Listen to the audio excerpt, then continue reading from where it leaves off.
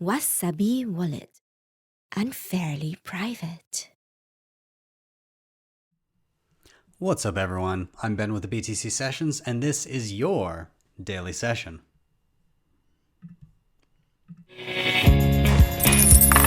Hodl that Bitcoin. Before we dive in, shout out to sponsors of the show, LEDN.io. This is where you can use your Bitcoin for, well, a few different things. They've got Bitcoin savings accounts where you can earn interest on your Bitcoin. They've got Bitcoin-backed loans, which was the first thing I ever used. And this is where you can use your Bitcoin as collateral to get a Canadian or US dollar loan. So for me, I was in a pinch. Wanted to get my hands on dollars, but I didn't want to sell my Bitcoin, so I parked it in a dedicated address that I could audit 24/7. I got a loan in my bank account within 24 hours in my case, and as soon as I paid back that loan, I got all my Bitcoin back. Now, they've also got B2X offering, which uses the same loan mechanism, and it uses it to buy more Bitcoin, effectively doubling your Bitcoin on the spot. If you want to check these guys out, there is a link in the show notes down below. And if you use that link to get a Bitcoin back loan, they'll actually give you $50 of Bitcoin for free.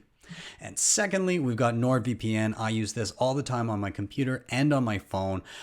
When you're using Bitcoin and really anything, you can leak your IP address, and your IP address can allow people to see your exact geographic location. So NordVPN can hide your IP address. It encrypts all your browsing data and has a bunch of other added benefits like being able to unlock geoblock content. So if you can't access something, you turn this on, set your country of origin, and you can access whatever's available in that country. So if you want to check that out, there is a link down below, and that will get you a deal where it's about, I think it's $3.49 a month to grab that. And with that, let's dive into the news. So there was an excellent interview on the Stefan Livera podcast the other day that had Saifedean Ammous, author of the Bitcoin Standard, and Plan B, or at 100 trillion USD on Twitter. And he's the creator of the stock to flow Bitcoin price model. Now, he just released a new price model that we talked about the other day, where he talks about phase shifts, where the narratives and the use cases for Bitcoin go through these shifts from essentially a toy to a collectible to a peer-to-peer kind of payment system. He talks about when we've reached dollar parity versus gold parity and kind of the narratives that shift with that. And when he plotted it on the stock to flow model, which measures the amount of outstanding Bitcoin currently on the market versus the flow of new coins into the market, he used that versus gold versus silver. And when we reach the stock to flow ratio, that of gold, which we get very close to this halving, over time, he projects a possible price point of around $288,000 per Bitcoin. Now, whether or not that actually plays out is anybody's guess, and it will take time to see if the model holds or not. But in this interview, he said that a lot of people are saying, "Oh, you're just going to go dark if this doesn't work out and your model is wrong." And he said quite to the contrary. If it doesn't work out, then he'll probably stick around because he'll want to experiment and try new models and see what can be used. What he did say is, and I'll just read a little bit from this Cointelegraph article here. It says, Stock to Flow's latest incarnation, S2FX, was released last week and increased average Bitcoin price expectations 5 times compared to the previous version. For Plan B, despite the obvious satisfaction of Bitcoin versus USD increasing by an order of magnitude in line with stock to flow, the results would not be without its problems. He said, "I will go dark if the model is successful, because if the model is successful, it will not be a pretty picture. It will be nasty. It will be maybe war. People have Bitcoin. Some don't have Bitcoin. It'll be some countries do have Bitcoin. Some won't. It will be the US dollar losing its reserve status. It will be geopolitical. It will be military."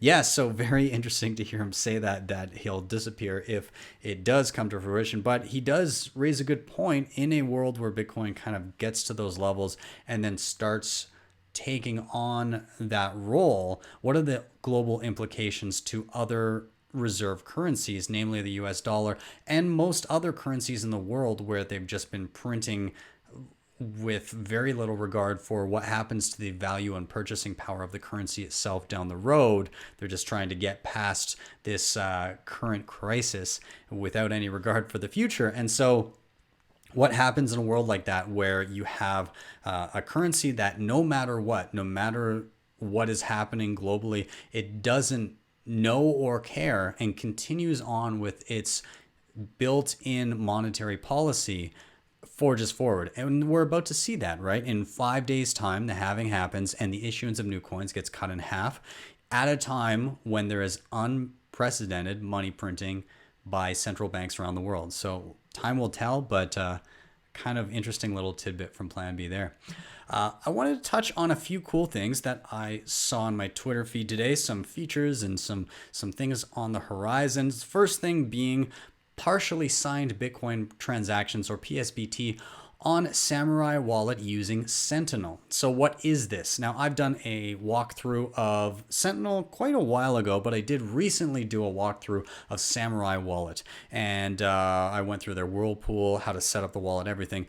What Sentinel is a way to, it's a watch-only wallet. So you can load in your extended public keys, meaning that you can monitor everything that comes into a wallet without spending capability.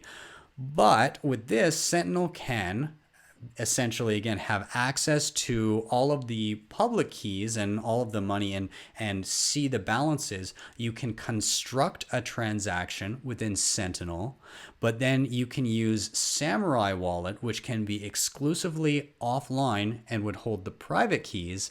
And you can port over the information to Samourai, use it to sign the transaction and approve it, and then port that signed transaction back over to Sentinel and send it from there. So Samourai Wallet essentially becomes a digital hardware wallet within your phone. So very interesting to see. Now, I did cover partially signed Bitcoin transactions in a video that I did covering the cold card wallet, and it was done via micro SD. Now, I'm not sure exactly how this would play out, if it would be on the same phone or on a different phone.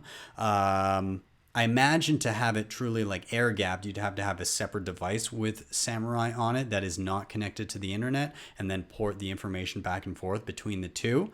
But still really, really cool to see. And I could be incorrect there. Maybe there is a way to have Samourai Wallet never touch the internet, but I would be curious about that, given that if it was on an internet connected device.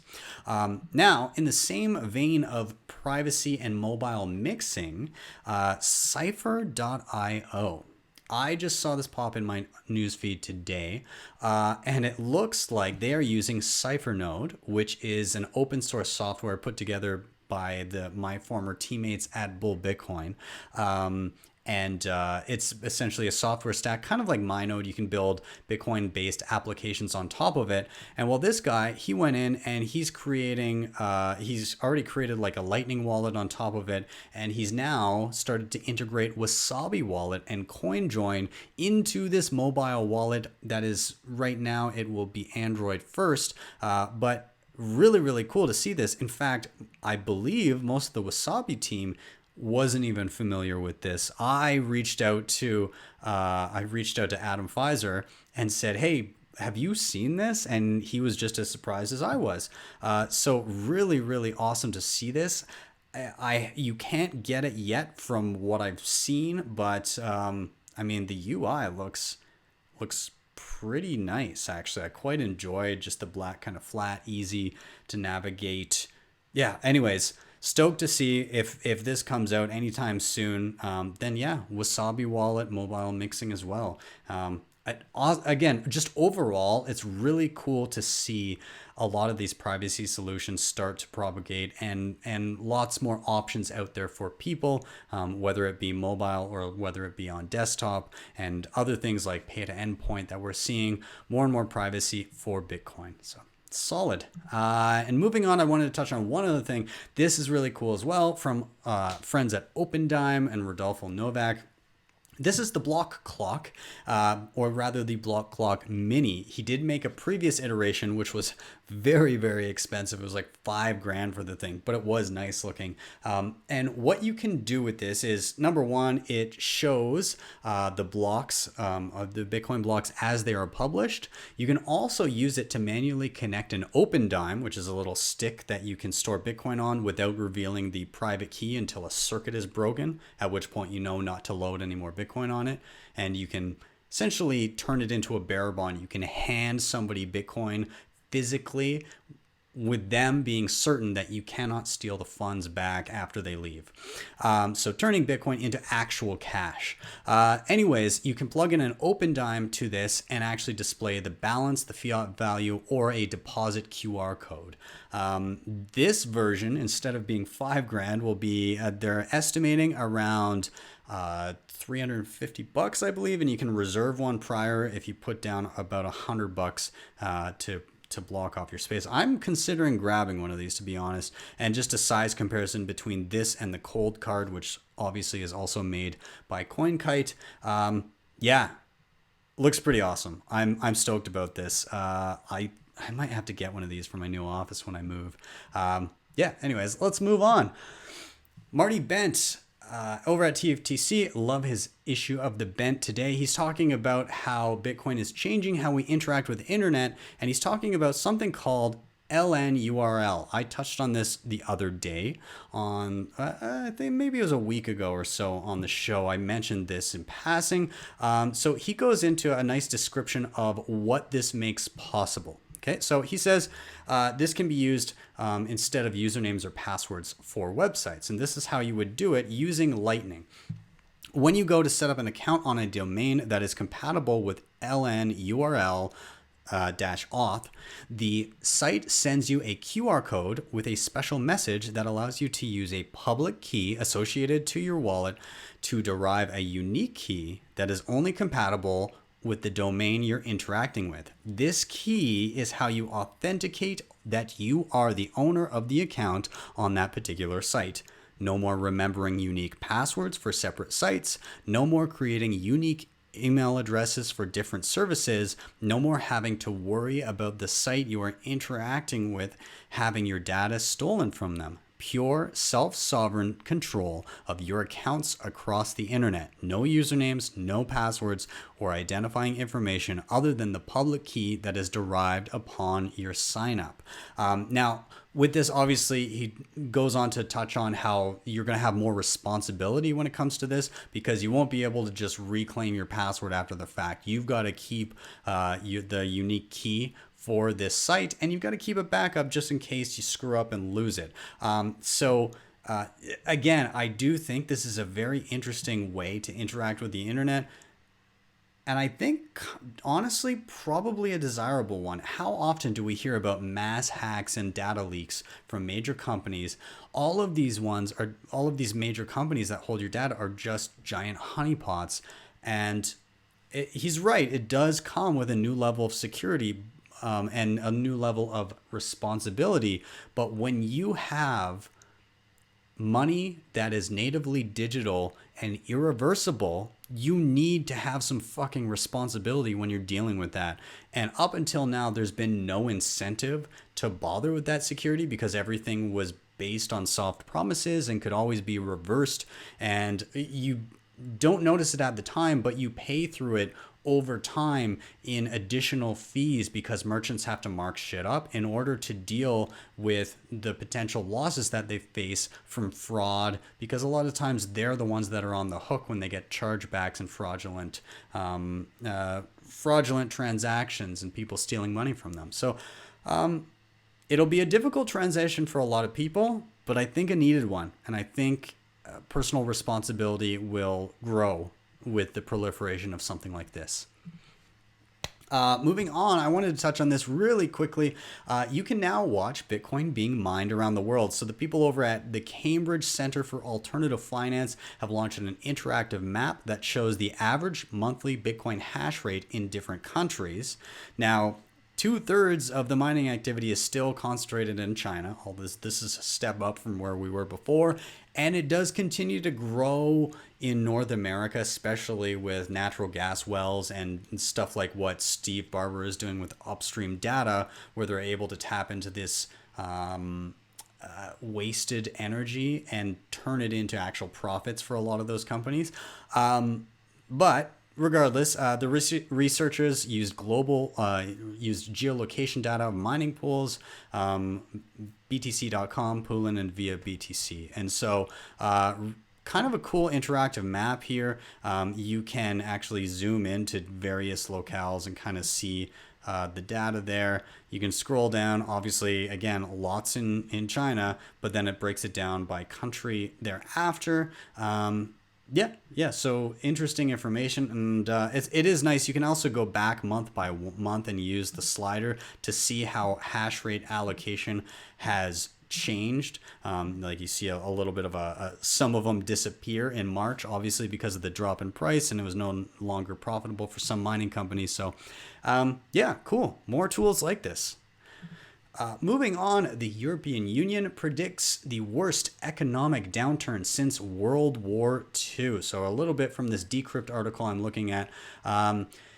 Quote, "It is now quite clear that the EU has entered the deepest economic recession in its history," said Paolo Gentiloni, the European Commissioner for Economic and Financial Affairs. Gentiloni also said that it is the worst economic shock without precedent since the Great Depression. Gentiloni's comment follows predictions that the economy of the European Union will shrink by 7.4% this year, before expanding by 6.1% next year. Much of the damage has already been done. Unemployment is through the roof. State spending is at record highs, and Europe's 5 largest banks have lost 40% of their market capitalization in the first quarter of this year. So things looking bleak, and I think we haven't even really begun to see the entirety of the fallout from shutting everything down. Now, whether or not you think it was prudent to do that is besides the point. We still, again, with 30 million unemployed in the US so far, and probably more to come, because the lack of liquidity and the lack of movement in the economy, it still really, a lot of those implications have yet to be felt. It's going to be a bumpy ride. Now, in the meantime, you have stimulus checks going out, and you had what was this for? This was for payment payment for employees, and they were giving out grants. And unfortunately, one of those landed in the hands of Justin Sun, the creator of Tron. $2 million of coronavirus relief. He got a grant. And so they successfully applied for the $2 million grant in small business relief from the United States government. The money was for salary protection to shield US-based companies from the effects of the coronavirus crisis. And then, meanwhile, many US businesses have reported problems accessing the aid. Now, if you're unfamiliar with Tron, you may be unsure why I'm not particularly happy about this. Well, one is because they raised $70 million in their ICO in 2018, and then they raised a further $7 million in under 15 minutes for their BitTorrent ICO just last year. So I don't think they need the money, not to mention that they've just gone on a string of acquisitions as of late. They acquired the Steam platform. They acquired Poloniex, I believe. They've just been buying everything. And so the fact that they would apply for and actually receive this grant is absolutely ludicrous to me. I don't know. I don't know what to say about this. I'm sure you guys will have some choice words for it, but I'm going to leave it right there. Last thing I wanted to touch on is another article on the Bitcoin halving on the Bitsy Academy from a guest author. Now, they talk about using some of the previous halving data to try and map out some potential price targets post-halving this time around. And contrary to the Plan B model, they actually projected something along the lines of 80, what did they say here? They were saying around an $87,000 price point in June of 2022. I'll be honest, I kind of, and I know this sounds ridiculous, but I think this is low, and I think it's too slow. Bitcoin doesn't move that slowly after the halving, at least not previously. And I think that with the number of new on-ramps that have been created, because let's not forget that people had issues accessing and buying Bitcoin last time around. The amount of infrastructure that has been built over the past 4 years is absolutely insane. You now have access to much larger on-ramps and OTC portals for large buyers. You have, when you look at the data of people actually just looking up the halving, it's at least tenfold right now, and we're not even at the halving yet. So I just think it's a lot more ingrained and not in the forefront, but in the back of people's minds, and they've seen it more, and it's become more accessible than ever. You just saw Cash App low-key bump up their I believe monthly limits from $10,000 to $100,000, and so it just becomes a lot more accessible again for people to purchase Bitcoin, and not just small amounts of Bitcoin, but large amounts of Bitcoin. So we will see what happens with this. But again, my opinion is this might be a little low, and I think it will happen quicker than imagined in this particular article. And I think that by the middle of June 2022, I honestly think we'll be back into the start of a new bear market by that time. But who knows? Who knows? What the hell do I know? I don't know.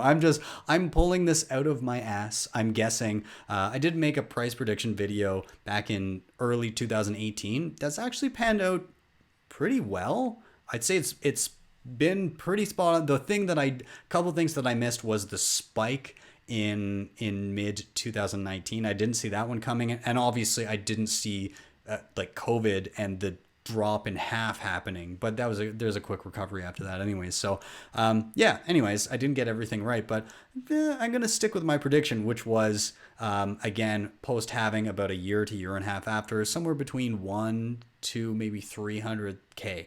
That's what I'm guessing. But then a bear market where we drop back down to like 60 or something. Anyways, I'm going to wrap it there, you guys. Thank you so much for watching and or listening. Of course, if you're here on YouTube, do hit like, subscribe, and share, but also check out the other platforms that I'm on so I can kind of mitigate my risk in case anything happens to YouTube. So I'm on Facebook Live. I'm on Twitter as a live stream from Periscope. I'm on Twitch. I'm on DLive. I try to upload to library as much as I can. I'm also audio only on Google Podcasts, Spotify, Apple Podcasts, basically wherever you can find a podcast. So do check those out. Links down below. If you want to help with the show in another way, you can do a few things. You can hit up the sponsors I mentioned. That was LEDN and NORD, both in the show notes. You can also use this link. I'd love to get more people taking a look at, I made a de facto guide to buy, sell, and use Bitcoin in Canada. I've done a ton of stuff here, basically on-ramps, wallets, how to use various hardware wallets, spending Bitcoin privacy, using Lightning, using nodes. It's all there, and it's kind of focused towards Canada, but a lot of good information for just about anybody. So if you can give that a share, that would be a huge help. I'll have a link down below for that. And other than that, if you really liked what you saw, you can drop me a Lightning Network tip at my tippin.me page. That is tippin.me/@BTC sessions. And by the way, I saw some crazy tips. I mean, crazy tips for Lightning coming in. Somebody dropped like 200,000 sats in there the other day. So whoever did that, thank you very much. I do appreciate it. It was a bit of a surprise to me, but thank you very much. And there was a few other like 10K, 20K, 50K Satoshi donations there. So thanks, guys. Really appreciate that. Anyways, I am out. Have yourself a wonderful evening, and I will see you guys next time for your daily session.